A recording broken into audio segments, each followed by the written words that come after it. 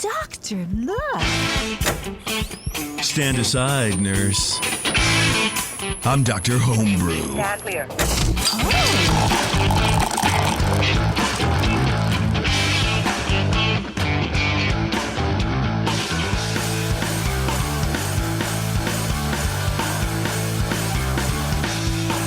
Welcome, everybody. Another episode of Dr. Homebrew. Feel like it's been 4 years since we've done a show, you guys. I feel like it's been entirely too long. I mean, we've had some holidays in between, so there's that. But yeah. Well, mainly my birthday, and then, of course, Thanksgiving or whatever it is. I don't know, Other but stuff. it's my stuff, really. It's me. That's Yeah. really what I care about the most. You know what I mean? My birthday was on Thanksgiving. It was? Yeah, people around the world gave thanks for my birth. Happy birthday, young man. Thanks, man. How does it we never really thought you would make it this far, but how does it feel? How does it feel hitting 65? Is it like I'm a young looking 57, I guess, or an old looking, I don't know. I'm feeling pretty good. Although I have to say this last year is the first year where I've actually felt kind of old. Okay. The first year, really. I've been feeling old for like 6 years. No, I've managed to get to 57 without really feeling old. Oh, good for you, man. 2023, I feel old this year. Okay. All right. I also had a birthday since the last time we met. Whoa, No what is shit. going Did we on all? here? We never established this before, I No, guess. but Cooper, happy birthday. yeah, mine's Happy birthday, man. October 21st. It's been that long since we've done a show. It's been over a month. It's been like 6 weeks. We did it earlier in October because we wanted Julia from the AHA to come on with us, and that was when it fit in her schedule. Right. So, that was perfect. We did it a little earlier than usual. It has been a while, but I did here not we are know. again. I did not know we were all birthday brothers. I'm November 7th. Scott, David, welcome to the show. It's a birthday talk. We're doing astrology. What's your guys' sign? When were you guys born?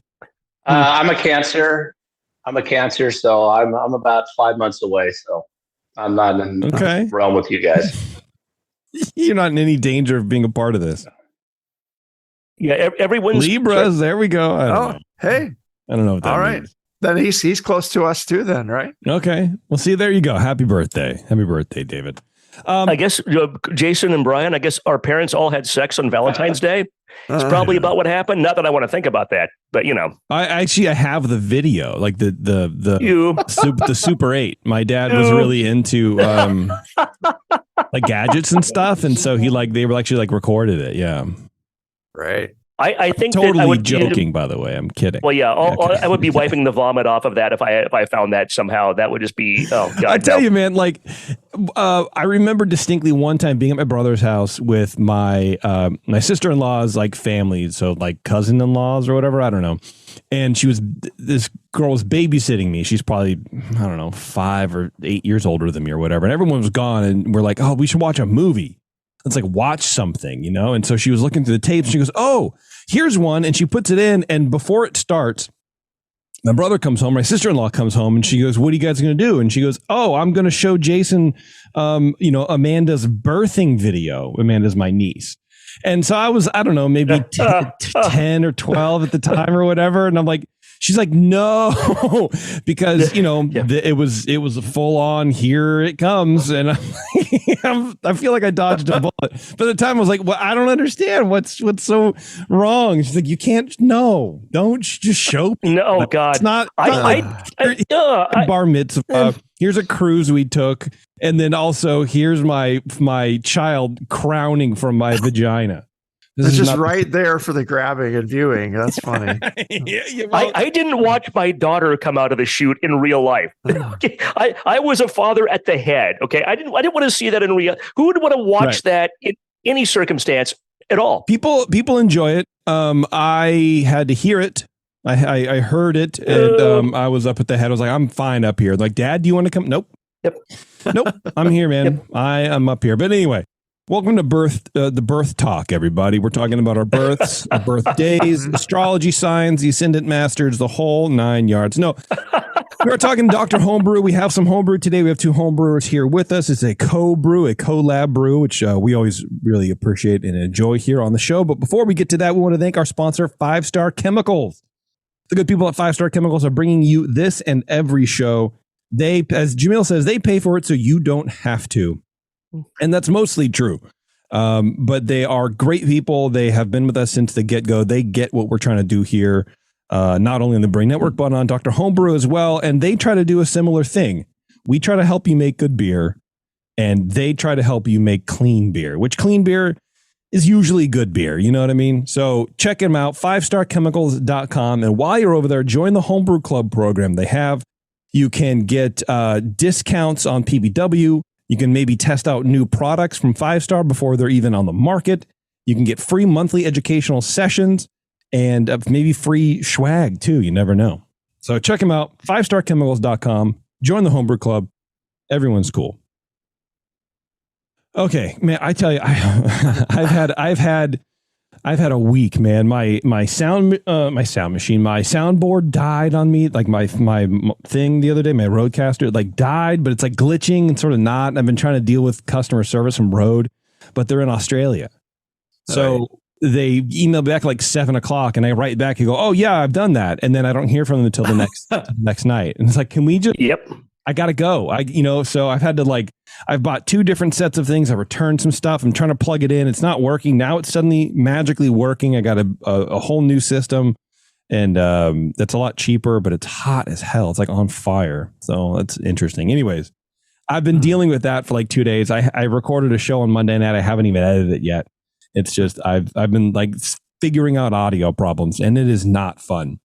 I tell you, this is going to be the best sounding show ever, just because of it. Might be, honestly, because I hated the way the processing on the other one sounded. That digital soundboard, I didn't like it, and I was always suffering from it. And you know how I like to suffer. So it sounds better already. I'm not kidding. I'm not always in love with how that old one sounded, and this one sounds a lot nicer. I appreciate that, because it's just a feed from the microphone into the board. There's no compression. There's no processing. There's no anything. Right. Really? Yeah. Well, we're just hearing ourselves on the Zoom thing, but what we hear you. Hey, ZZ, here's from Old Head. ZZ is in the chat on Facebook, and then Blobber's on the chat now. Wow. No shit, Blobber. Hey. Oh my God. I haven't talked to him in years. Yeah, I know. Little Canadian friend. Anyways. All right, Scott and David, welcome to the show, fellas. I appreciate you hanging on through our, little BS session. Of course, yeah. So what beer did you guys make for us? What do you got for us? Well, we've got a mixed fermentation sour. We've something we've been working on for about a year and a half. We've got about 4 or 5 different beers mixed in there over the last 18 months, and we've just been riding it out, testing it from time to time, and finally got around to bottling some and see where it's at and what we need to do moving forward. A mixed fermentation sour, and you have a couple of beers. I mean, you're brewing it and then adding to it. Yeah, we've got I don't know if you can see this here. We've got a 15-gallon vessel, and we've wow, yeah, and we started, like I said, about 18 months ago. We started with 5 gallons. Then a few months later, we had another 5, and all told, we put 20 gallons into there. We pulled 5 gallons out and a couple of gallons here and there.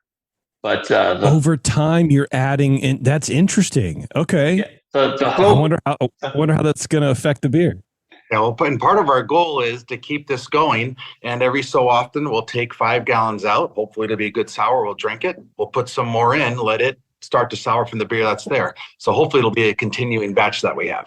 Yeah, that's the Solera method, right? Solera, yeah. Okay. Yeah. See, I got it. I got you. Okay. Well, I'm excited. I don't know that we've had a beer like this before. Is it the same base beer all the time? Not 100%, but pretty similar. Yeah. Okay. Cool. Most of it is wheat. Part of it is more of a standard Belgian wheat, kind of a Blue Moon type base beer. So those are the 2 main contributions to it. Awesome. Great. Well, I can't wait to jump into this. Cooper. All right. You want to start us off, buddy? Well, we've got a nice. It's the 20B, right? On the 28B. Yeah. You got the right one. Okay. Yeah. Right. We've got a Sam Adams bottle here. And when I opened it, there was no hiss. And that was, as was discussed earlier, the gentleman had a little problem getting the bottle carbonation to take hold in time for us to taste it, because I guess we threw it together pretty quick.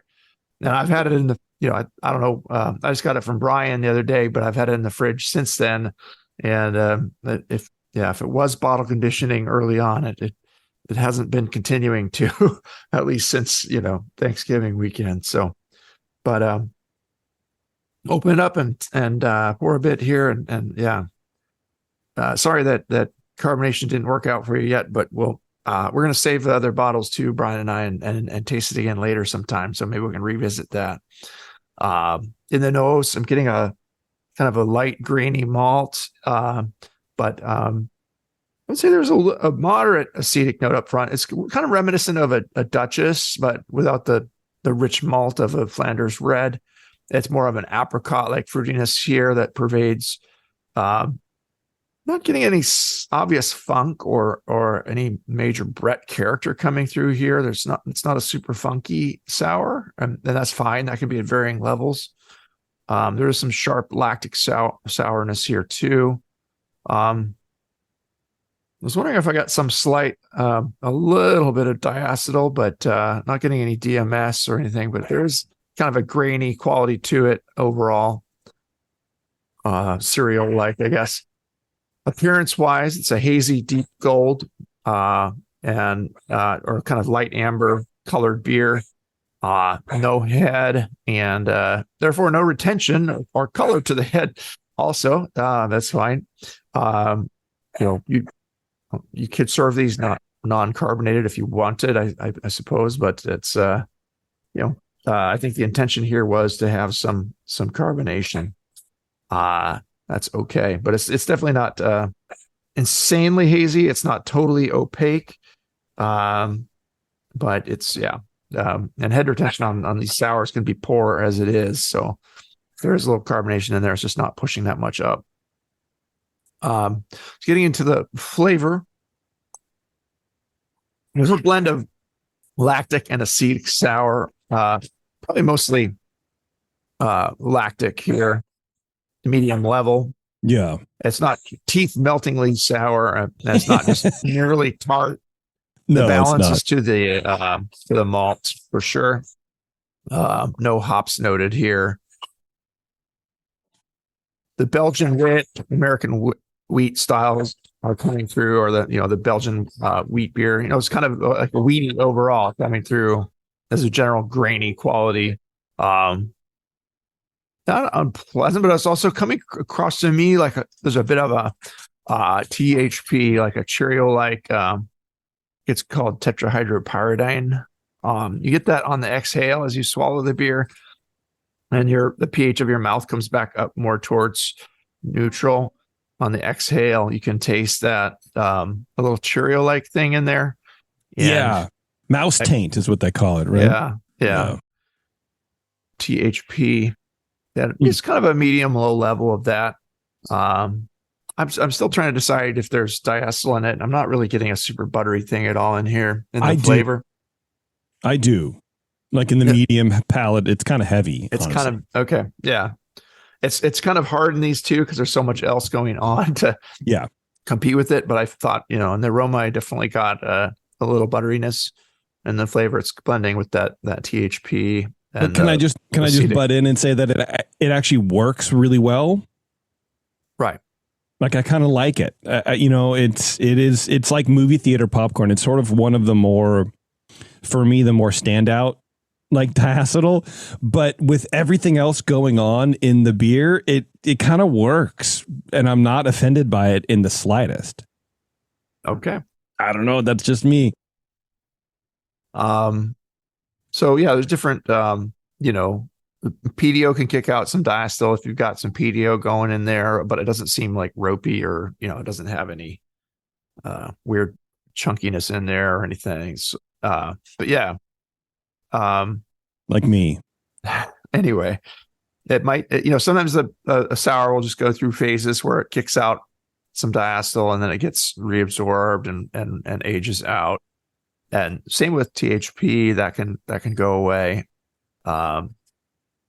over time here too. And as you I find that Soleras seem to me to be less susceptible to that if you keep them going and keep we'll get to feedback down the road, but keep them covered, keep them, not a lot of headspace, keep the airlock full. Like the man says, you got to keep them separated, right? Blanket with CO2 if you're going to open it up a lot and muck around with the beer, which can be tempting. The more you just leave them alone, sometimes the better, other than airlock. Mouthfeel wise, it's medium light bodied with no carbonation. It's not warming or astringent. No creaminess either. There's a low bite to it, but it's not too aggressive of an attack. Still just a touch of some kind of roughness, but it's not like a super leathery, biting, harsh, attacking astringent beer at all. It's fairly smooth on the palate, and the sourness is not too biting. It's not too acidic. Overall, this tastes kind of like a sour that's not quite through its process, where it's not sick, but the flavors are really not quite melding together yet the way you'd like it to. I do like the apricot fruitiness that's in there, and that's something that might come through more in time as some of these other things either age out or morph into something else. I would say the acetic quality being a little higher already, it may be hard to age one like this. It's if you keep it, like I said, airlock's full, all of that stuff, minimize oxygen contact with it, it shouldn't go crazy. But another thing you can do too is to add some Brett to the beer to give it a little more of a funky character, and the Brett is going to chew on some of the other things that are in there, and add some complexity, and it'll age out. But again, I think that some of the classic advice for reducing the THP is avoiding oxygen in the presence of Brett. So if you do add Brett, keep the oxygen exposure as low as possible. I'm sure there's going to be oxygen in there, but just let it age a little bit more. And it'd be fun too to talk about how you bottle conditioned it, what kind of sugars you might have added, or yeasts.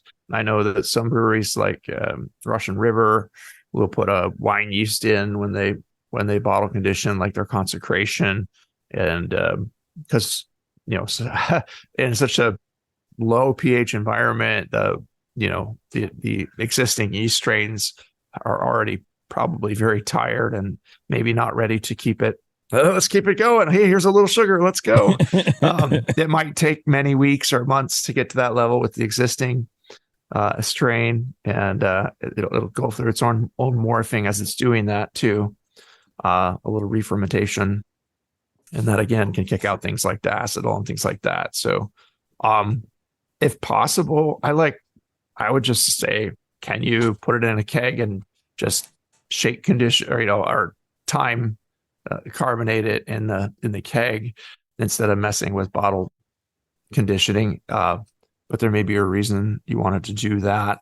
So I don't know. I with so many things going on, to me, I know JP kind of liked the balance and liked the diacetyl. To me, the THP was a fairly distracting, and the acetic and the diacetyl, it came out to, in the good territory. To me, I landed at a 23 as it is now, but I could see a lot of room for improvement. It's really, the base beer here is not bad at all. It's got a nice light pale sour kind of quality, and it's gonna probably just continue to improve as you pull it off and add more quality beer. Just really limit the oxygen as you do that, and keep it going. And like I said, maybe add some Brett and play around with it. And you could also split it up too if it's really sour, pull some off and adding new fresh beer. It's going to keep it aging and keep it going. And I have sour carboys that I've had for a decade in my closet, and they've, from what they originally were, to what they are now, each one has morphed very slowly over time and change character as I add different things to them. What did you give it? 23. Okay, perfect. Yeah, that's All right, where Shar. it falls for me. Got it. All right, Char, let's move it. Not move it. I don't know All why I right. said that, but Well, let's go. let me go fast. Go Yeah. fast. Yeah. Scott, are you in a homebrew club? I got to ask my usual question. No, not currently. No. Okay. Neither am I. We should both go to a Doe's meeting sometime. That's probably, if you're close enough to drop off beer, we could probably both make it to Doe's one of these days. But I like this beer, and I don't have a lot of comments other than what, in addition to what Cooper said, and he's really the sour guy. But I have a few thoughts myself. I didn't get much hiss. I know when you dropped it off with me, you told me to let it sit out and try to carbonate some more. And I did. And then it was Thanksgiving. And then because it was Thanksgiving, they got put out in the garage, not in a fridge, just out sitting out in the garage. And it was not as warm as it has been the last few days. So it's probably why one reason it hasn't gotten as carbonated as it might. There's almost no hiss when I opened it. I made that comment. I definitely got diacetyl butter up front more than anything else. Low malt, no hop aroma, got sort of a low acetic. Brian brought up the Duchess. It wasn't quite like the Duchess, which is almost like drinking carbonated balsamic vinegar, if you think about it. I can't do Duchess, man. I gave up. I've tried, the first time I had it, I was like, oh, this may be an off bottle. But it is very on the heavy on the side of nail polish remover for me. I can never do it. Yeah. Sweet nail polish remover. It's just not good. I like the Duchess, but having said that, I haven't had a Duchess in probably 12 years, 15 years. So I don't know if I drank one now, who knows how much I'd care for it. Yeah. There was a time when I bought like a case of it and every one of them was a gusher. And I'm like, okay, they had some quality control issues, like a little in the early 2000s. Neither here nor there. So the aroma, I mean, I gave it a 5 out of 12 just because of so much diacetyl was there. And I'll talk about that a little bit at the end too. Appearance, 3 out of 3. Hazy is okay. This is a style of mixed fermentation where it should kind of match the base beer, but it doesn't have to. So I didn't knock any points for that. Almost no head, medium gold in color. I was surprised by the haze in a sour beer, and I didn't knock off any points. There's nothing wrong with it. But a lot of the time, especially like a wit beer or a wheat base beer, those are the kind of bigger starches that the bacteria really love to chew down in a sour beer. So it's not unprecedented to have a hazy sour, but it's a little hazier than I'd expected. Flavor, at first, interestingly enough, I didn't get a ton of lactic flavor, but right out of the gate, there's some lactic sharpness that I got initially. Then some of the diacetyl sort of a butter flavor, low level of sourness, which now there's a little bit warmer. I come back to this. I'd say more like medium sour. It's hard to tell if there's any bitterness because the sourness, I think, is enough that it kind of overtakes any hop bitterness that will be in here. By mid palate, I start to get some Brett funk, which I thought was really nice, and it made the finish to be more complex because there was that funkiness. There's a huge echo what Brian said, a huge Cheerios flavor all the way through, and it's not. Sometimes you got to really, people I think go to extremes to try to see if they can taste it, and this was not a thing where you had to go to extremes to try to taste it. There was a lot of THP in this sample. The finish was long and balanced more toward the funk and the sour. I'll give it 10 out of 20 for flavor. Mouthfeel, medium body, very low carbonation, neither creamy nor astringent. It's a 3 on mouthfeel. Overall impression, I gave it a 6 for a total of 27. I think this has the potential to be a really good beer. We've all had sour beers where you have a sip and you're like, oh dear God, this will never get any better. It's not good, and then it's not going to get better with time. Right. There's nothing. The diacetyl.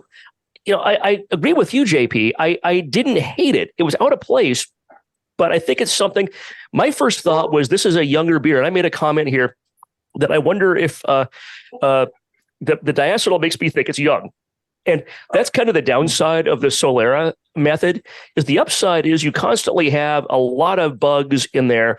They're constantly regenerating and they're happy, and you're you're not having to go pitch a bunch of bacteria or yeast every single time that you're trying to you're adding some more wort. The downside is it never finishes in a sense, right? Because I guess if you don't add anything for a long time, what you have in there can finish. But if you're always adding something new, it never gets done. I'm not a sour beer expert. Cooper's the sour beer expert of this group by far. But I wonder if that was maybe part of the issue. Is I don't know. I'm looking forward to you guys telling us when the last time you added some wort to this. You saying the problem is that it can't ever finish, so the bugs and the yeast can't ever clean up all the kind of weird stuff they off-put? That's a guess. Yeah, it's a guess on my part. But I just want to see if that's what you're saying. Yeah, that's what I'm saying, and I'm not sure I'm right on that. Yeah. I've never done a Solera, and I'm not a big sour beer brewer. Never. I think I made one once, maybe twice, but I'm not an expert by any means. But that's what I wonder if that's maybe why I thought it was young. Yeah, and I made it has potential to be a really interesting beer. I'd like to come back to it in 6 months. And we've got a bottle, and maybe we'll just hang on to it, and we can have that. Maybe do a show in 6 months about that bottle. Yeah, see what we think about it. But that's ultimately 27 out of 50. It's in the good category. I think largely because I believe in the potential of the beer more than I believe in what it is this exact second. Interesting. Okay. Very good. All right. Let's see. Who wants to, Scott, you look like you're ready. You have a piece of paper in your hand. Why don't you want to talk to us a little bit about... I got my notes, man. I'm ready to go. About the recipe and all that kind of stuff? Well, yeah, that's when I compiled these notes yesterday, getting ready for tonight. The thing that struck me was that, overall, I think you're right, Brian. It is overall young. The first beer that we started souring was 18 months ago, but as recently as 2 months ago, we added some PDO and we added a Belgian wit that I've been brewing with an Imperial Sour Batch yeast, which has some Brett and lacto in it as well. So that was only added to this batch 2 months ago. And before that, we tried to up the gravity a bit about 4 months ago by adding just a DME wort solution because we weren't seeing the changes we hoped to see. Interesting. And then 9 months ago, we added some lacto. And so, there were a lot of recent additions in the last 4 to 6 months. So I can see where this definitely needs some more time to just sort itself out.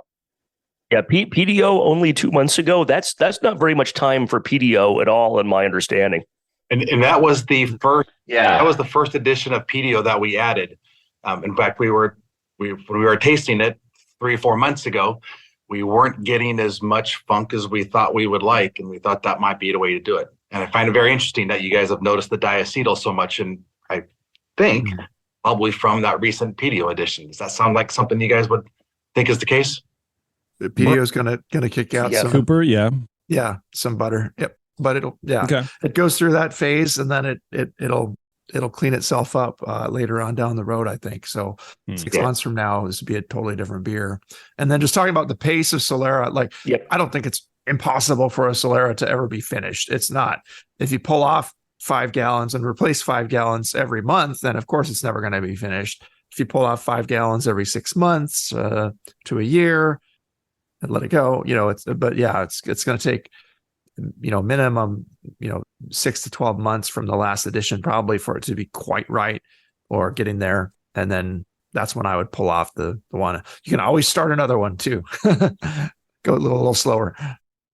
So what you're saying is that basically, in order to get everything to kind of blend right, it needs to hang out in that fermenter for a year, not adding anything in and letting things really kind of pile on.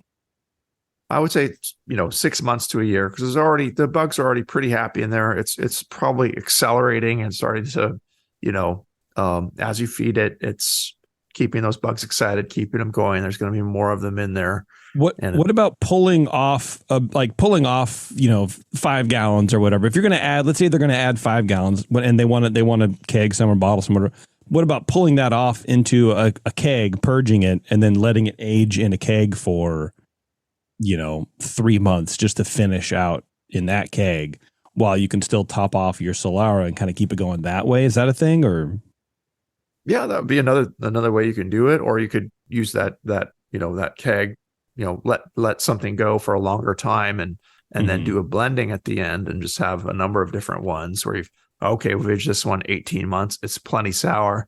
The mother batch is not quite as sour as we want, and then blend those things until you get what you want. But yeah, there's a lot of different things you can do. Okay. Says the guy with a 10-year-old carboy in his closet. There's things you can do. Oh man, I bet blending day is fun. There's things you can do, but should you? That's the question. Yeah. Well, you should limit oxygen. I would keep adding Brett whenever you have something that needs cleaning up. And with this one, I think it's like you guys said, it's not getting quite as funky as you wanted it to. Give that PDO a chance to develop, and that'll help somewhat. But Brett is going to be the one that gives more of that, the hay-like and interesting kind of, barnyardy, farmyard kind of qualities, depending where it goes, hay-like and horse blanket and some fun stuff.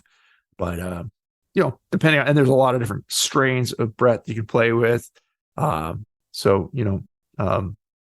Read up on what you might want to add to it, and add different kinds of Brett to it. You don't have to use just one. There's a lot of different bacteria in there already. But I think we kind of interrupted that where you were talking about the beer still, and if there were some notes that you wanted to keep going on there, would love to hear what else you guys did. Do you know what kind of Brett you added in when you added the Brett? David, I don't know. The sour batch from Imperial. They say it has 3 strains of Brett, and I don't know what those 3 strains were. And then I know we added 1 pack of Brett back in September of 22, but my notes don't say which strain that was. Yeah, that's all I have out of it. Also, cool. I don't want to does a crap on your beer too much. I feel bad about the score a little bit, but I mean, it's really cool what you're doing. And I think I want to get that to get lost, that what you're doing is really cool. And people try it from time to time. And that's a really cool thing to do, especially at a homebrew level. And if Cooper says it can get finished, I believe him. And I just keep it up. And he says you can do more than one. And it sounds like the voice of a man that's done more than one at a time. It's really cool and it's creative. And I really appreciate getting the chance to drink it. Yeah, I do like it. Yeah, it's been a lot of fun. I think the wit beer and the wheat, the Belgian wheat and the wit are, because you said you had a combination of 2. I think I like that idea. I think they are bringing something different to the blend. I would love to taste it carbonated, because I think maybe that can kind of hide some of the diacetyl. I don't really know. But yeah, it's super unique. I think it's very interesting, and I definitely want you guys to try to keep going at it and perfect it a little bit and kind of work on some of those flaws there and work on your timing. And I think the flavors are cool. I really like it. Now, this is definitely a project in process, and part of our goal on was to get your input to see how we could impact it moving forward. I think you're getting there. I think you're getting there pretty good. Yeah, there's like a citrusy orange tangerine kind of thing happening too. That's super interesting. I like it. Cool. Yeah, we did a club pale sour and we put it in a wine barrel for 12 months, and we didn't get to, we tasted it, a year afterwards at our holiday party, and it wasn't there. It was a lot like this one. And then we waited another 6 months. Actually, we waited, and then the pandemic kicked in and we couldn't taste it again for a long while. And when we tasted it again, it was completely different. Yeah. But maybe went a little too long, but it was definitely much more sour. It was like this. It wasn't quite as sour as I wanted it. The flavors hadn't kind of melded yet. So what can we let's give them a couple tips on how they can improve it. I mean, we talked a little bit about timing, but maybe like something solid. Yeah. Time, limit oxygen, add more Brett. Yeah. Okay. But you can also turn it red if you want to add a darker beer or, a richer beer to it. I like the redder mixed fermentation sours. They get a little more Flandersy and kind of fun. But if you want to perfect the pale sour, this is a good one to work at. But This sour collaboration project 1. We also have project number 2, which is a brown ale that we're working on souring. Oh, nice. Cool. Fun. Like an Oud Bruin or something. Yeah. Yeah. Very cool. No, I think you guys, I think it's a little bit too soon after the PDO, but I like the fact you can tell there's been lacto, PDO, Brett fermentation. You can tell there's some complexity with what's been eating your wort and making some flavors. And I'm looking forward to trying the other bottle of this in a few months. Absolutely. Well, I know where you live now, so Mike, And the Brett needs something to chew on. So if you're just adding things as you're going, it doesn't have to be a perfectly balanced example of any beer. I would brew it on the sweeter side and let it, have a residual gravity after the ale yeast that you've used has fermented it out. So just use a really high mash temp, add, Cara pills or whatever kind of malts you want to use to increase that finishing gravity of the base beer. And again, wheat and things like that, oats, wheat, those kind of adjuncts will also give it long starch, chains to chew on. The Brett loves to chew on that stuff, and it goes for a long time. And it'll take a long while for those flavors to develop, but when they do, they're going to really start kicking in. Another thing that you can do is also add wood aging the beer. You can you could drop a couple of oak cubes in the beer or a spiral and get it to where it's going to have some wood character, which is also going to probably help the flavors balance. But that's more of a finishing thing. I would kind of wait till it's in the territory you want it to be, and then decide if you want to, put a spiral in one of your kegs and wood age one of them and see how that goes and see if you like it. Then you could wood age the whole batch if you want. Yeah, it's a good idea. Cool. So, yeah. All right, guys, you got any other questions for the doctor's homebrew? I got one question. We've done some trying to add fruit to the sour, and I'd like to hear your thoughts on if you think it's a good idea, what fruits you might think are interesting to go with it. I think it's always a good idea. I would think you want to stay on the lighter stone fruit, maybe some citrusy. I don't know. Citrus and sour is hard because I was trying to play off what I perceive as like an orangey thing in there already, but I think apricot's always good. You can't go wrong with that. Yeah, apricot, peach, or cherry are going to be some really good ones to use. Yeah. But I wouldn't, if you're adding fruit at this point and then you're going to age it another 6 months and to a year, it's, the fruit, you should drink a fruited sour sooner and not once it's fruited, not let it age more and more because that fruit's just going to start going away. But yeah, cherry is a great one. Have some fun with it.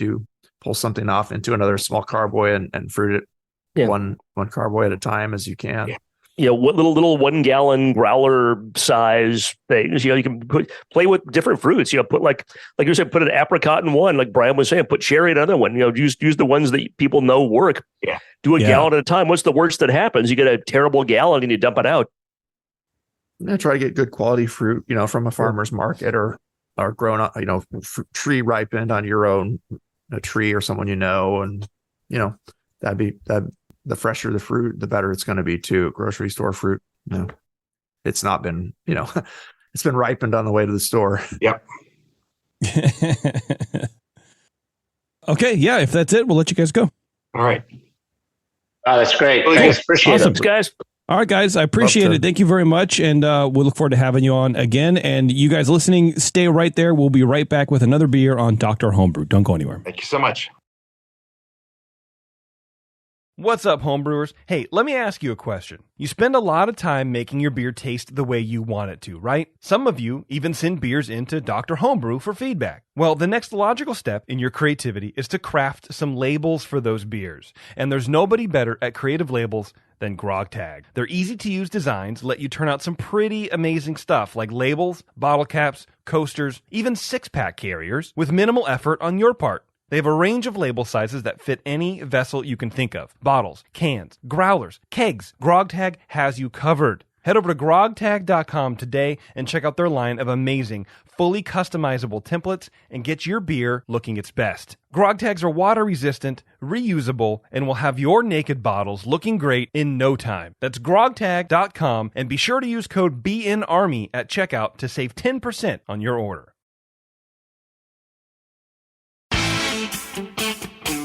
I'm sorry to tell you this, but we're going to have to pour you out. Back to Dr. Homebrew.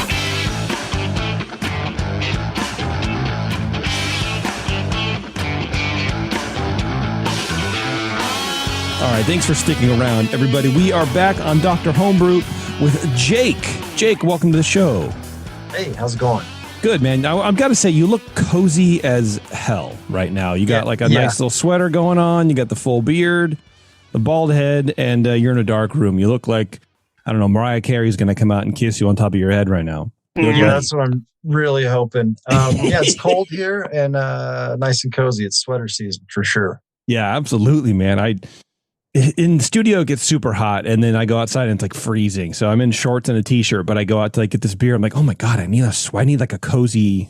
I love sweaters. I can't wait to put mine on, man. He's talking California freezing though. So it's California freezing. So like in the house, it's like 68. It's like 60. Man. It's chilly. Watch out. It's been cold here lately, though. I mean, the other day we actually had the car windshield was frozen at 6 o'clock in the morning. Had to get the put the defrost on and stuff.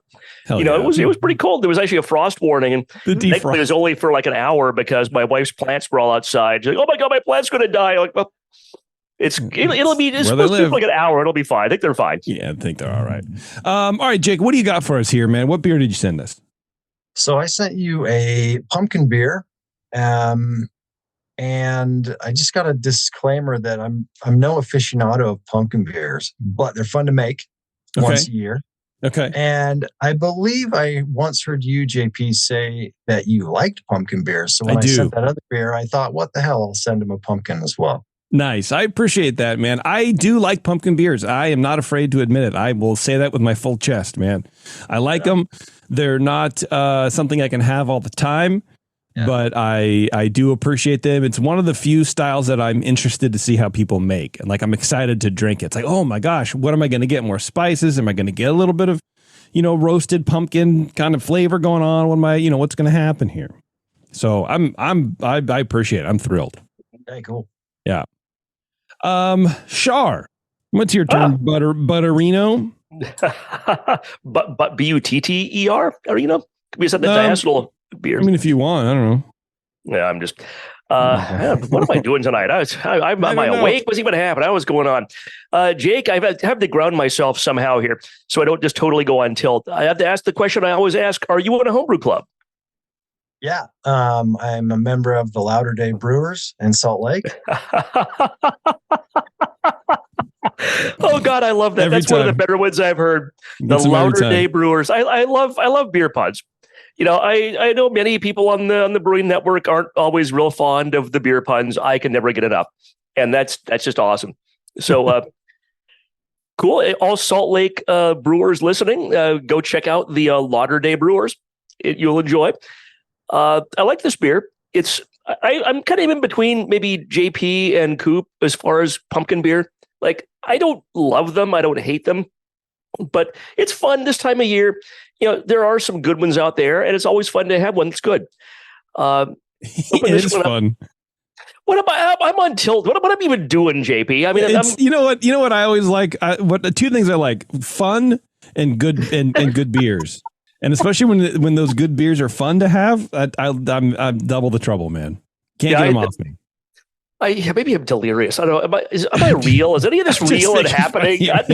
I'm You're doing great. hunting for the fun on the score sheet. Where you What's even happening? Yeah, there's a checkbox for that somewhere. There's a low to medium fun on the opening. Yeah. Let's see. I thought maybe I just put that in a PDF somehow to add that fourth box at the bottom. God, that'd be so good. I should talk to Gordon about that. Should be right between estery and grassy, but it's not there. Yeah. If there's ever a proctor, whatever, that you can do for the show, what are you showing me? Yeah. Well, okay. yeah. Thank you. Sorry, my wife is interrupting my work to give me a beer. Wah, wah. Yeah, whatever. Who cares? Go ahead. Shar, go ahead. Keep going. Okay, aroma. I opened up this bottle. I poured it. The first whiff I got was sort of a pumpkin skin acetaldehyde. And I struggled with this for a while because I was never great at noticing acetaldehyde until Nicole Ernie, you're on one of the shows, I believe, was talking to us about acetaldehyde and how it can be like a pumpkin skin aroma. So I was really wrestling with, is this acetaldehyde or is it pumpkin? Because the bottle says you'd added some pumpkin to the beer. And I found that I still don't know. We'll find out at the end here, maybe what's really going on with this. But I had fresh pumpkin. Yeah, it was like a fresh pumpkin kind of character in the aroma. So I knocked some for acetaldehyde, even though I even made it, probably it's the pumpkin, but it's hard to tell for me. Medium malt with some caramel components, no hop aroma, 6 out of 12 for aroma. Appearance, very low head, probably from spices. Usually you start spicing things and you can't see that now. And it kills the head of virtually anything. Crystal clear, color's light brown, so give it 2 for appearance. The flavor initially got that kind of pumpkin character and nutmeg, which I thought the nutmeg was really well handled. You did a great job with the nutmeg. That's one of those spices that's really strong, and it's so easy to go over the top. I mean, it can be a matter of probably like just milligrams of nutmeg from being pleasant to being unpleasant and just being too much. And it's a tricky spice. I think you did really, really well with that. You know, there's some nutmeg character, but it's not dominant. It's maybe one of the few beers I've ever had that had nutmeg that didn't go nutmeg crazy. Even baked goods that have nutmeg, I don't always like those for the same reason. Maybe I'm just sensitive to it. Who knows? Because of I made a note. It was almost like a bière de garde in terms of which I haven't had a bière de garde for ages, but they have a flavor I like to think of as being like a cellar aroma. It's not or a cellar flavor, and it's not to me an off flavor. It's just kind of something to me that reminds me of a cellar. I think that was the pumpkin in this. Very low bitterness, no hop flavor. I didn't really get much cinnamon or ginger, which were ingredients that you said were there in the bottle. I think that if those hadn't been declared ingredients, I'd have come up 3 or 4 or 5 points in my score. Again, I appreciate the restraint because ginger can overtake everything in a hurry, just like nutmeg. If you have nutmeg and ginger, unless you really know what you're doing, you can really just blow out, the whole flavor and aroma of a beer, but it's nothing but one of those two things. And I appreciate going the other direction and being a little more restrained with that. It's well attenuated. Finish is balanced towards spice. It's also kind of a quick finish. It's interesting for a spice beer, maybe because of the attenuation or something. A lot of times the spice beer like hangs on your tongue for a while. The spices, they don't here. I mean, they're pleasant. You enjoy them. You have the finish and it's done. And it's not something that's just you're licking your roof of your mouth for the next 5 minutes trying to wonder why you're still tasting that. Give it an 11 for flavor. Mouthfeel, almost no carbonation. Low body. There's no warming, neither creamy nor astringent. I think especially with an amber beer being the base, which should have a little more body, a little more carbonation. I gave that a 3, knocked off a couple of points for that. So 3 out of 5 for mouthfeel, 6 for overall impression, for a total of 28. Actually, I had, let me back up here. I had made a note here. I actually gave it a 7, so we make a total of 20. No, never mind. It's 28. My writing. I'm so on tilt, JP, tonight. I don't know what's going on right now. You're on tilt. Look at you. While Cooper is giving his, I'm going to just take a few deep breaths and get back to normal here. I appreciated the gentle hand of the spices. Like I was saying earlier, I think that was really the right way to go here. But it's maybe a little bit too gentle with a couple of declared ingredients. And I just didn't really quite get those. I'm curious to hear about your process for how the pumpkin got in here. And I may just be totally misunderstanding the flavor that I'm thinking of as acetaldehyde. But we hear about your process. I think that'll help me understand what's actually going on a little better. I think it's a great idea. It's a great thing to brew once a year, and hopefully you'll send us one again in 2024. So thanks very much. Very good. What was the number again, Shar? 28. 28. All right. Cooper, let's go, man. Light it up. All right. Okay. Don't be tripping, though. Don't be wilding out like Shar. JP, I will not trip. Brian, go get a paper bag. Breathe into it a few times. Light hiss upon opening. Pumpkin ale with cinnamon, nutmeg, and ginger. Okay. It was very cold when I first judged it, and I'm letting it warm up. I've been letting it warm up since I opened it around 6:45 or whatever, 6:50, and it's now almost 8:45. So it's warmed up substantially, and I did want that to happen. In the nose, I got only faint spices coming across. Earlier, I felt like the ginger kind of won.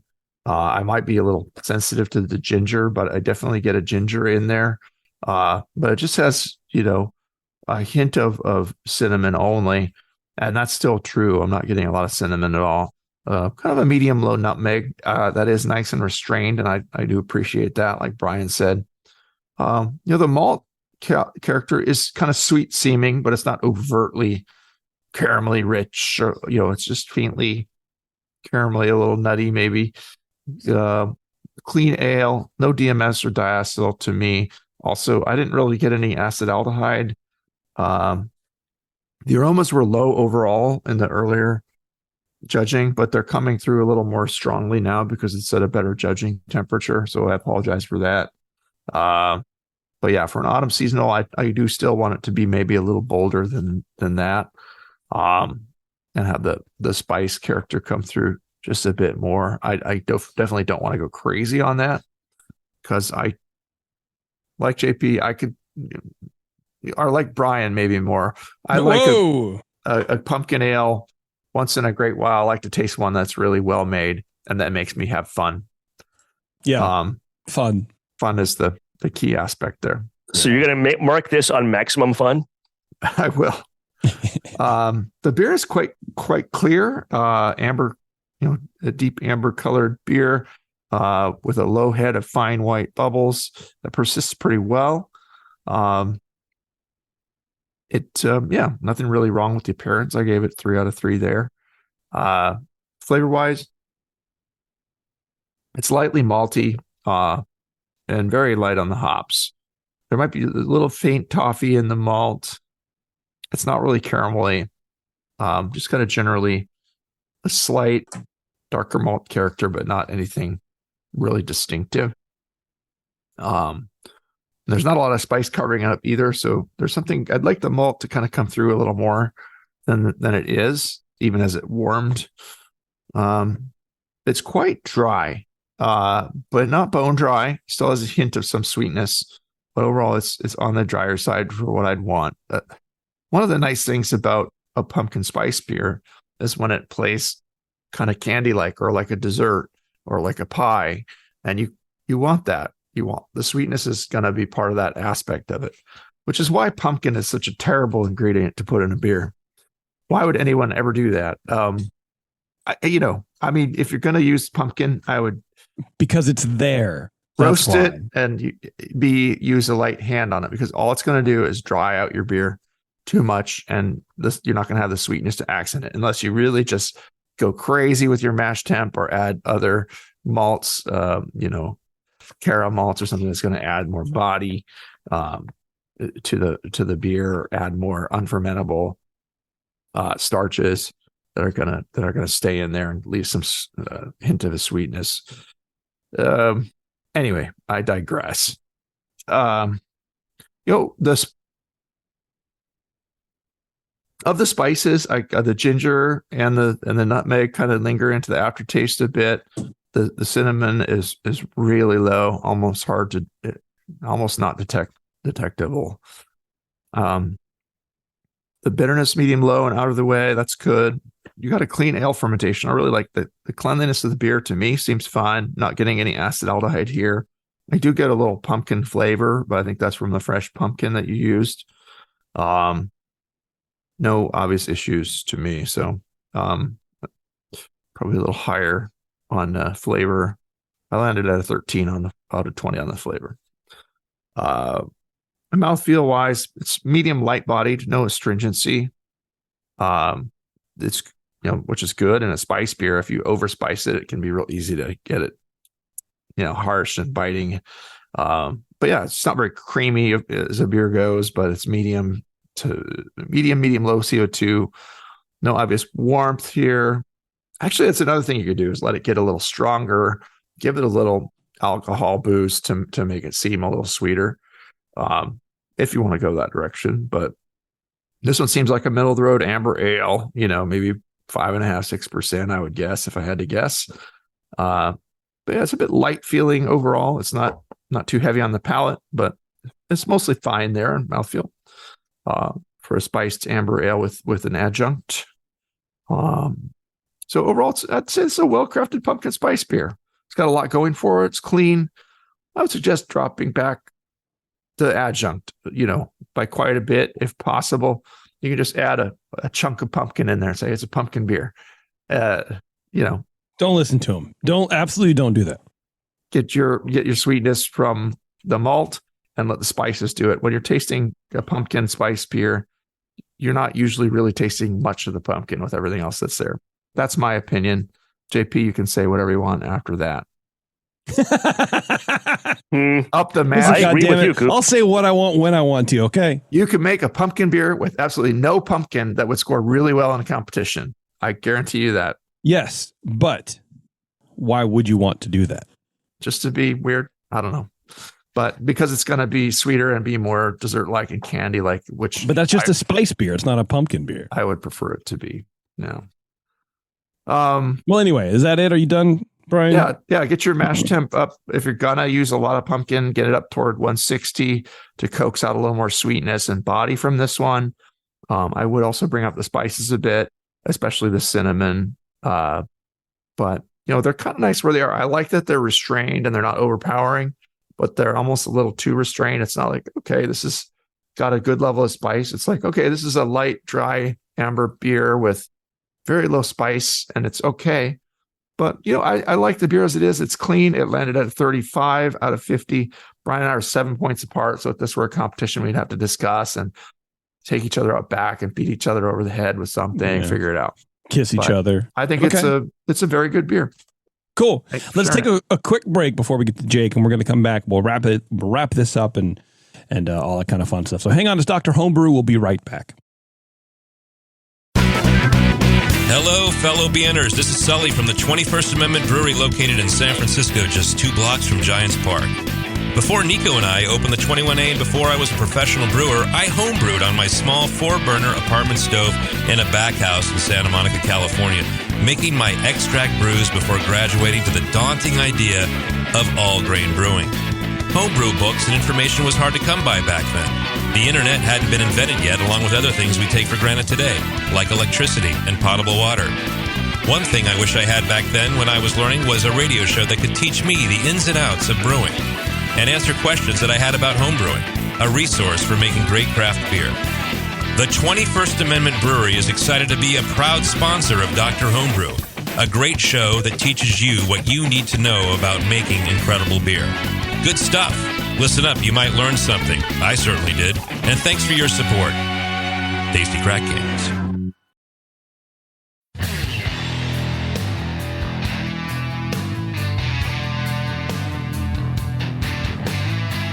Now, back to the examination.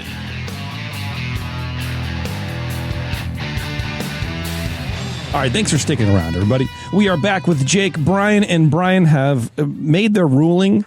It's funny, I've been watching that Botched show. Remember that show? That's plastic surgery show where these 2 dudes in Hollywood are like, one's a breast augmentation, specialist, and the other guy does nose jobs, and it's very funny. Then they trade jobs and they see what happens. Yeah, why am I smelling twice out of my nipples? But they just put the first series on Netflix, and it's like they have a great rapport, and it just, I don't know, it sort of reminds me of Dr. Homebrew if we were funny. I have no desire to watch that show. It's great. Oh, it's so good. It's so good. It's so funny. It's like, Everyone needs that one reality show, and I have apparently a couple. Anyways, Jake, this is your pumpkin beer. I mostly agree with most of what the guys were saying. Mostly agree with most. This is a fun beer, and it is sort of a middle of the road amber. It is sort of light. There is not a whole lot going on. It's kind of a thinner body amber. I would like to know what we'll get into the numbers there. I would love to see it almost like a brown ale, kind of beefier a little bit. To me, it's hard to pick out the ginger. I think I can pick out the ginger because ginger has this like sweetness to it that is sort of easily definable, and I think that's what I get. But I feel it's distracting from everything. I do think all the spices can come up a little bit, but that's provided, I think that the malt is comes up a little bit too, because those spices I think work with darker beers because of the kilned malts and how sweet those kind of crystal malts are. And those give some body and some sort of like mid palate feel, some boost to those spices. You never put these spices in a pale ale because the malt's not there. So I think going in with the malt would help amplify some of these a little bit more too. I want to know what you did with the pumpkin. I can taste it a little bit. Anyway, we'll go with that, and then I'll give you my feedback on the pumpkin. So tell us about your recipe, man.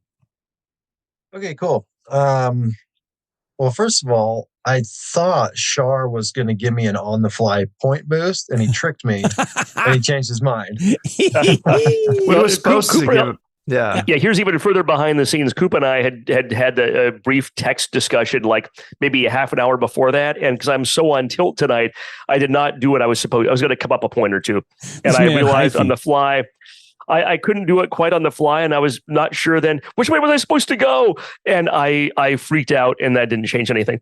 So that's the exciting world of podcasting for you people that are listening. All the exciting insight into my brain. So I was supposed to come down a point, but I didn't do that either. So we just talked about the 7-point differential, and that's it's okay to be 7 apart. Some competitions allow it. There you go. Yeah.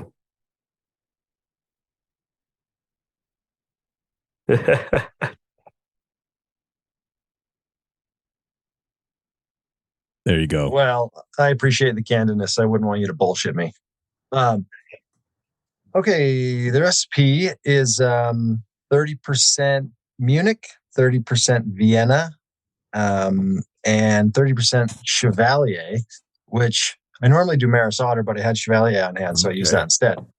And then 7% Carapils and about 1% of chocolate, just for the color. An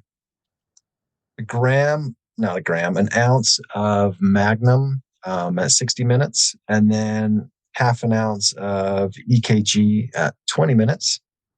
And then I use Imperial AO9 Pub for the yeast. Mash temp was 152. And I kind of aimed for like a now that you mentioned the Munich water profile. Now that you mentioned the Munich, though, I can taste the Munich a lot.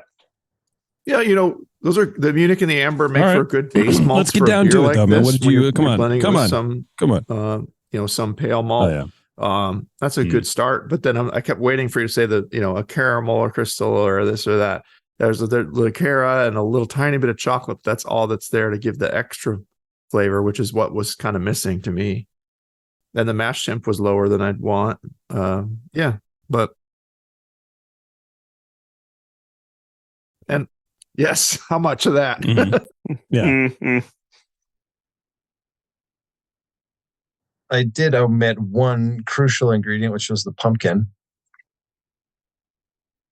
So in the mash, I added a whole 28-ounce can, the bigger can of pumpkin puree. And then in the boil, I added basically an entire pumpkin that I grew in my yard.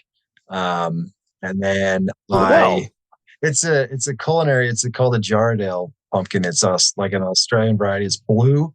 They're good for eating. Okay. But, anyway, so I cut that in half, and I roasted it in the oven with some brown sugar for a couple hours. I've never and then I had one of added those that types of for the pumpkins. whole It sounds boil. interesting. It would explain so like the lower that's where body the pumpkin came because from. the So quite pumpkin a bit, always really. ferments out all the way, Yeah. whatever sugars you get out of that.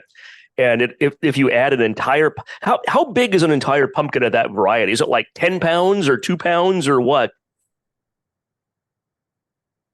Wow. Okay. I suspect that, not to interrupt you, I want to hear more about this. It's If pretty I big, had to probably closer guess, 10 I'm pounds. guessing Like, the it's a reason lot. why we're tasting like Yeah. that, or I'm tasting like that pumpkin skin acetaldehyde, is that rather than converting in the mash, they kind of converted in the boil, and maybe that skin and everything else got exposed to those really high temperatures, and then either it tasted like acetaldehyde or maybe it gave off some acetaldehyde in that process. I'm not a chemist. I'm just trying to think about why I got some of that aroma and that flavor. And I've never heard of anyone using the pumpkin by cutting it up and throwing it in the boil. I mean, I appreciate your creativity. But I've never heard of that. And you clarified the beer well too. I mean, that I would think all the starches, you'd probably have a haze problem, but it's perfectly clear, and that's nice.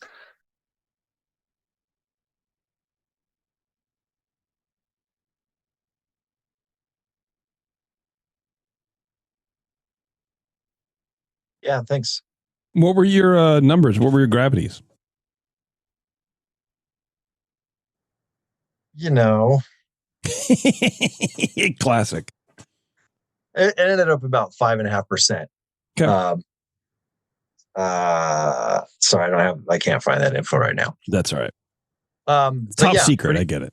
Yeah, no, it's pretty dry. And sure, I detected that whatever off flavor you thought you might have got. Yeah, when you throw in 10 pounds there's something about it to me that any I'm not vegetable sure if I like or not, and I think it maybe is what you're talking about. You're and I don't know probably what it is. rolling the dice whether you're going to like how that comes out or what flavors come out of that or not. But yeah, to me, there's nothing super gnarly. It's drinkable, and I No. mean, JP, you Yeah, it found is. it drinkable. It's not offensive, seriously offensive. For sure.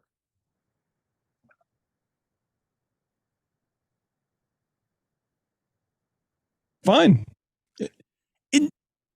It's not offensive. It's just if I was going to be more judgmental if I was paying for it, right? So if I went to a bar and got this beer and paid for it and said, "Hey, I want the fun beer," and they gave this to me, I would be a little disappointed because it's like middle of the road, like we've already talked about. But it's made well. The flavors are good. I just want more of them. It could be. I mean, you're going to have some conversion Andrew in the chat as is you saying go from boiling room temperature pumpkin seems up to not do boiling anything. pumpkin. Those starches would Depending be lost, how much you I would cut it think. up and the surface area and everything else, you're going to have as the pumpkin passes through that 145 to 160 F temperature range. That doesn't happen instantly. And I bet, I mean, even if you had a full boil, were you going at a full boil when you threw the pumpkin in, or did you raise everything up at the same time from like essentially mash temperature?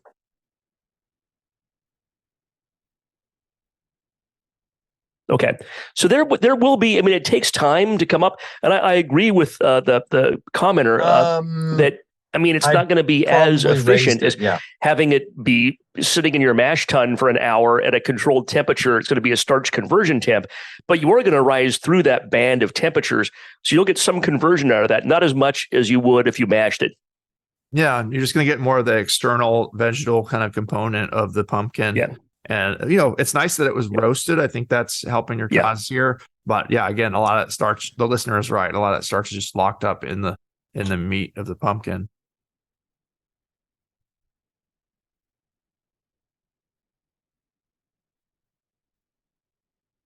Yeah.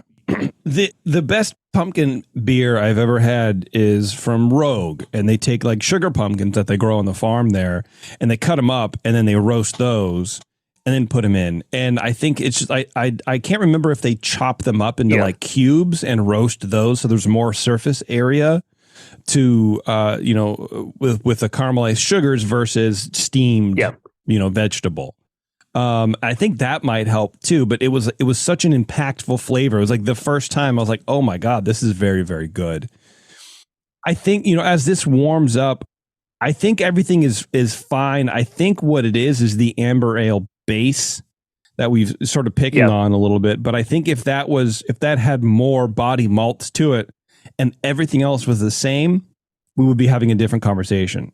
Because I think that those sort of crystal malts can either hide or perhaps pair with the sort of pumpkin in the boil aspect that we're getting, and we wouldn't be focusing so much on how the pumpkin was added.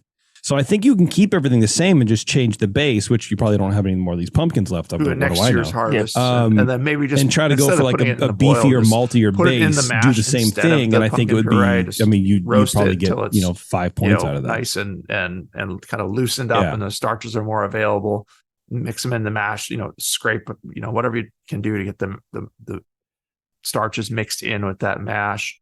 Mash at a higher temperature, and add some crystal malts or a Caramunic or just something a little more characterful in there.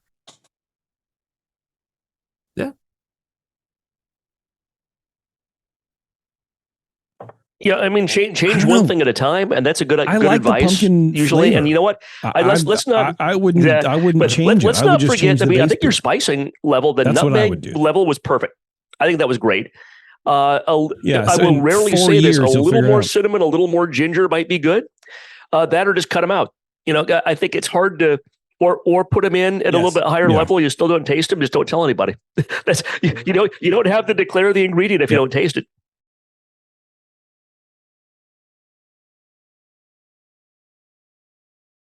A little allspice, maybe. I think the cinnamon would help. Cinnamon is a nice spice for this. Yeah, I agree. I like it. Jake, do you have questions? Yeah, thanks. That's actually some of the same feedback I've got is people taste the nutmeg, not the cinnamon or the ginger. Yeah. So that's for sure consistent. So when you say up the base, would you just pivot and go more brown ale, or would you just make this a higher gravity amber? I would personally, because I like the sweetness from the brown ale, and amber ales aren't my preferred style. So, but at the end of the day, you're drinking it. So if you enjoy an amber and you want these flavors together, then, do that. But I think that personally, these kind of beers lend themselves better to more brown ales than they do lighter beers. Okay. Yeah.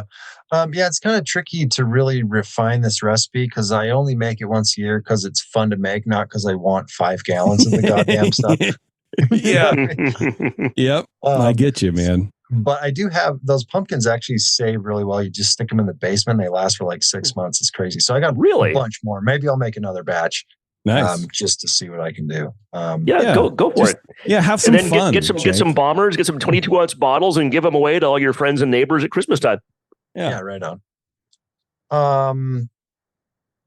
Okay, yeah, no, that's all really good advice and feedback. I've been taking some notes, but I think we've kind of covered everything. I think. Cool. Yeah. Cool. Yeah. All right. I wanted to mention the last one we did. You remember I followed Julia Hers? Yeah. And that was awful, right? He's a hard act to follow, man. That's for sure. Yeah, for sure. So I had meant to mention this, but I had been listening to a podcast that she was on. I can't remember which one. And she was like, hey, enter NHC this year, blah, blah, blah. And I was like, yeah, okay, whatever. I'll do it. And I did. And I did okay. And then I just got really into competing, and it's all because of her. So I just wanted to shout out to her. Awesome. That's awesome. Very cool, man.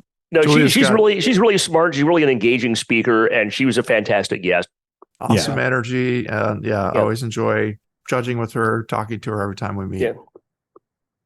Yeah, she's cool. All right, Jake, if that's it, man, you're free to go.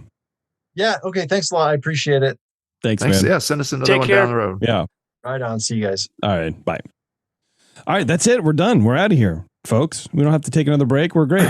We're good. Yeah.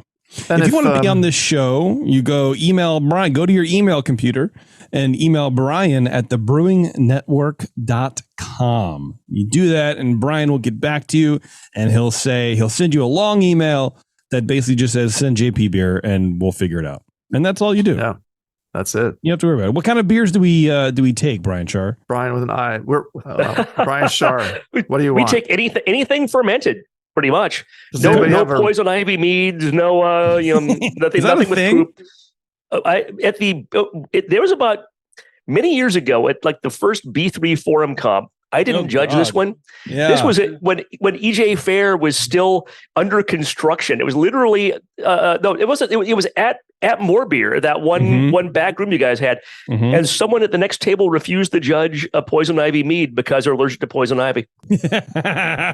So I'm sure it was fine. Nobody died when they drank it, but no poop, no, it was, nothing like that. Just normal fermented beverages. We'd love to have some.